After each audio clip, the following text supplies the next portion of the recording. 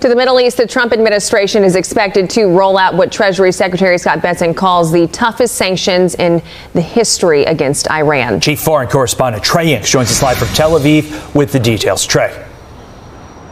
Yeah, hey guys, good morning. The United States is set to unleash new economic sanctions against Iran to put new pressure on the regime in Tehran.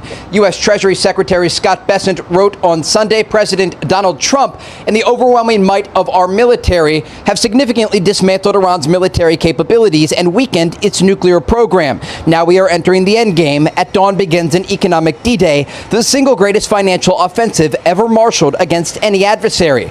The economic pressure comes as the Iranian rial crossed $2 million to $1, a historic low for the country's currency. The head of Iran's Supreme National Security Council responded on X, saying if the economic war continues, not a single drop of oil will be exported, neither through the Strait of Hormuz nor from anywhere in the Persian Gulf. Iran will regard any country's participation in or support for America's economic war against the Iranian people as an act of war.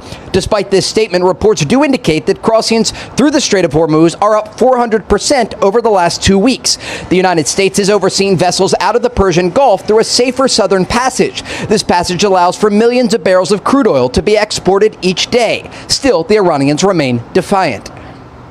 The fact that the United States has once again moved from military threats, saying that it will strike and so on, to reviving its old plans shows that they are truly desperate and have no solution when it comes to the great Iranian nation. Therefore, they keep bringing their old plans back onto the scene.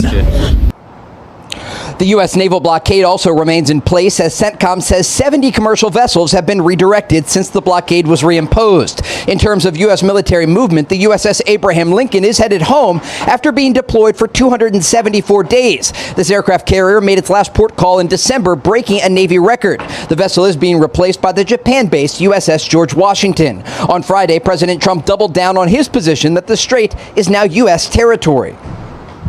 They'll never have a nuclear weapon. They want to make a deal so badly. We don't even know if we want, because I view the Strait of Hormuz as an American territory right now. It's an American territory.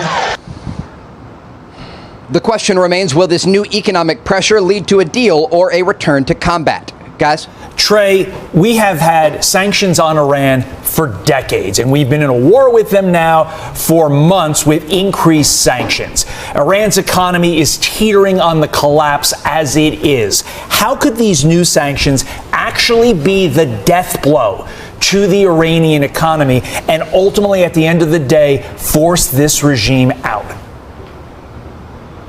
Look, there's a compounding factor here, and we don't know exactly what's going to be announced by the U.S. Treasury, but the rial number is really the most significant over the past 24 hours. It is at a historic low, more than 2 million rial to $1, and it's an indication that inflation inside of Iran is rapidly rising.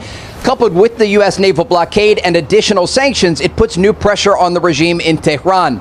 And again, this question about who can make the decisions inside of Iran. President Trump on Friday talked about this as being one of the biggest problems of the United States, that even if new pressure is applied, they have to get to the individuals who can actually make an agreement